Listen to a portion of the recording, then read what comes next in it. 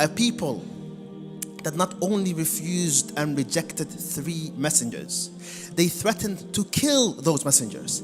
لَإِن لَمْ تَنْتَهُوا لَنَرْجُمَنَّكُمْ وَلَيَمَسَّنَّكُمْ مِنَّا عَذَابٌ أَلِيمٌ. O messengers, they said to them, if you do not stop, we will kill you.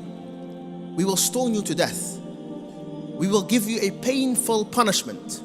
A people that refused their messengers, that rejected them, that threatened these messengers. And he came all the way from the other side of the town to speak to those dangerous people. And he said, وَمَا لِيَ لَا أَعْبُدُ الَّذِي فَطَرَنِي وَإِلَيْهِ تُرْجَعُونَ. And he continued admonishing them and calling them. What happened to them, my brothers and sisters? Allah speaks to us about this man whom we are now talking about, ages after he lived. So, and forever until Qiyamul Sa'ah, we will be reciting his story. How special is he in front of Allah's eyes? They killed him. They stomped him to death.